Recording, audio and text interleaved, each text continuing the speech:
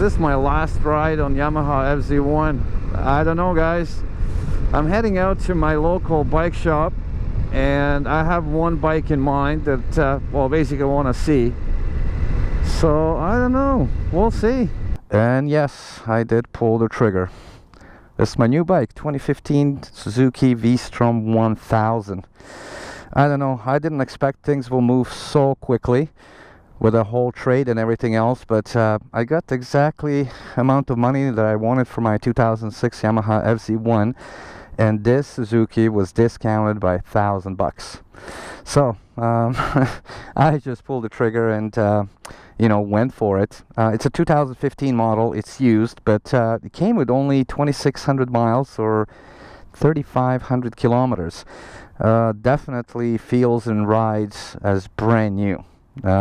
What can I tell you about the bike? I mean, I honestly love this thing. After about 300 kilometers that I clocked on it, I think it's one of the best bikes I ever owned.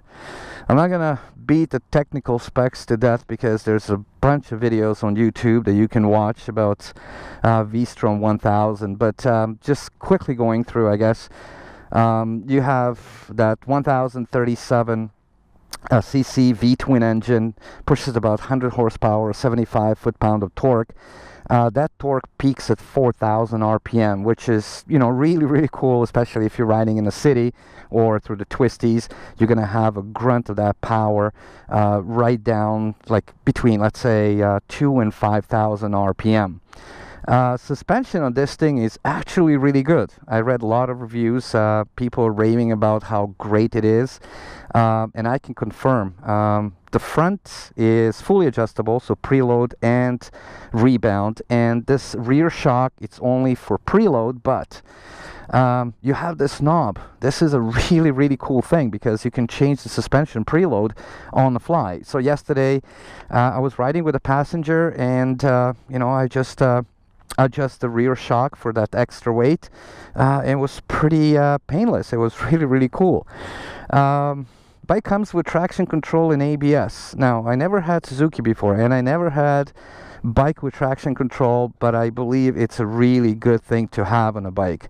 3 days ago when I picked this one up, I got caught on really heavy rain, and actually traction control kicked in a couple of times. I didn't feel anything on the back wheel, but I noticed that traction control light flashing on a dash. So it's a good thing to have. Now, traction control, of course, you have two modes. You have standard, you have rain, and then you can turn it off. ABS cannot be turned off, unfortunately. I know that a lot of guys doing off-roading with V-stroms, you know, they're complaining about that, but as far as I can tell, in some of the forums I read that you can physically disconnect the ABS module and then reconnect once you hit the road. Now, brakes are pretty good. You have this one, it's you know, dual disc in the front, 4-piston caliper, Tokiko brakes, and then single disc 2-piston caliper in the back. Stopping, you know, riding alone, no problem whatsoever. For me, the ultimate test is to take a passenger, have a heavy load on the bike, and see how they perform. Totally cool. Now, I know you have to leave a little bit extra stopping room, but when it comes to brakes, they are, in my opinion, excellent. Now, this is SC model. It comes with these side bags, center stand, and these guards in front. EXT model, one above, you will get engine guards, underbelly protection, and I think spoke wheels, but mechanically they're identical.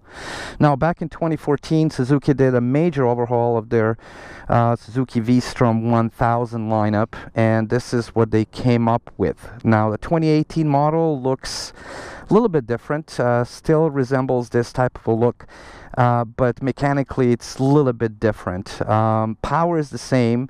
Engine, there are some tweaks, but as far as I can tell, not a major difference. Now, as I said, I picked this one up. It was, I don't know, it had about 2,600 miles or 3,500 kilometers. So, as I said, it pretty much rides like a new bike. What else I can tell you about it? I love every single aspect of this bike. You have definitely enough room. The seat is very, very comfortable for a passenger and for a rider. From the maintenance perspective, this thing is absolutely a breeze. I mean, compared to some other bikes I had, you have to spend half an hour just to get access to oil filter. So looks pretty good. Now, you know, as far as the look goes, once again, I don't know, I dig this look. This funny red beak in the front and these golden accent front forks. It looks pretty decent. Now, I never had a motorcycle with road motorcycle with 19-inch wheel in the front, so I was kind of a little bit concerned, like how it will perform. But after a couple hours, I figure out what's the turning radius and how it performs in the tight corners. No issue whatsoever. Riding comfort is great. I don't have any complaints about that. Yeah, I think I'm honestly pleasantly surprised because I read a lot of reviews about V-strom 1000 and everything what people were saying, or I guess like a raving about, is totally correct. Anyway, I'm just gonna hop on it. Let's go for a ride, and I'm gonna cover a few more things.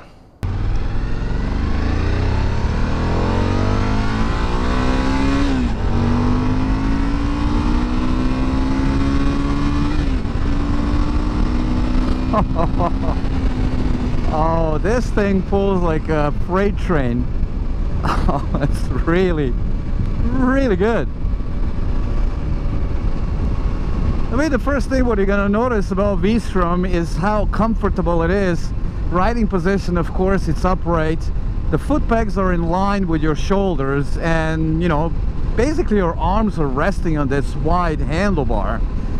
You see pretty much everything, and I can tell you, I mean, you can definitely go distance with this one. Transmission, it's silky smooth on this bike. You're gonna hear that distinctive kind of clunk sound. You're gonna know you're in a gear. There is no false neutral, and on top of that you have a gear indicator right here in front. So when it comes to tranny clutch, Suzuki did a pretty good job on this bike. Engine braking is pretty good and well tuned, especially when you go from 4th to 3rd and from 3rd to 2nd. It's gonna slow you down, but that slowdown is really not abrupt. It's not going to sink the front wheel. So compared to some other bikes that I had in the past, especially Yamaha, this one, it's tuned really, really good.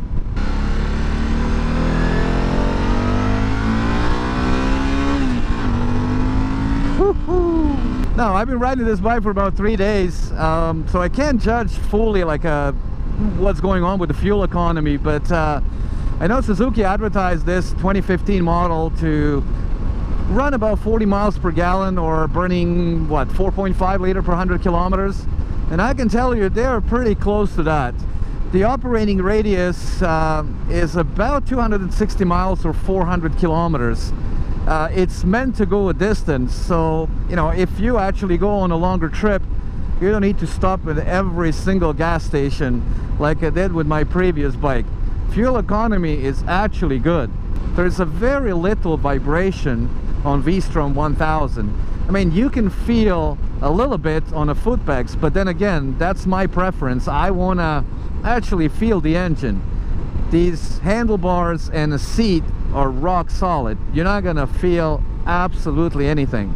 The only thing that I could maybe complain about this bike is that windscreen. I mean, I don't know, like it looks kind of flimsy, and if you're a shorter rider, this ledge here, it's kind of, I don't know, there's indentation, so you're gonna have a pretty twisted view of the world by actually looking through it.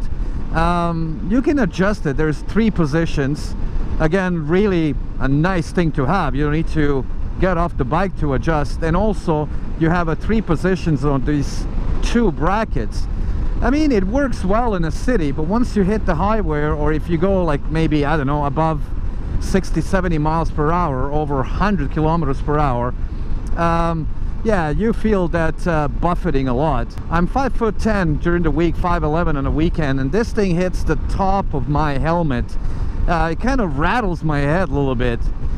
So if I will change anything on a bike at this point, it will be a windscreen.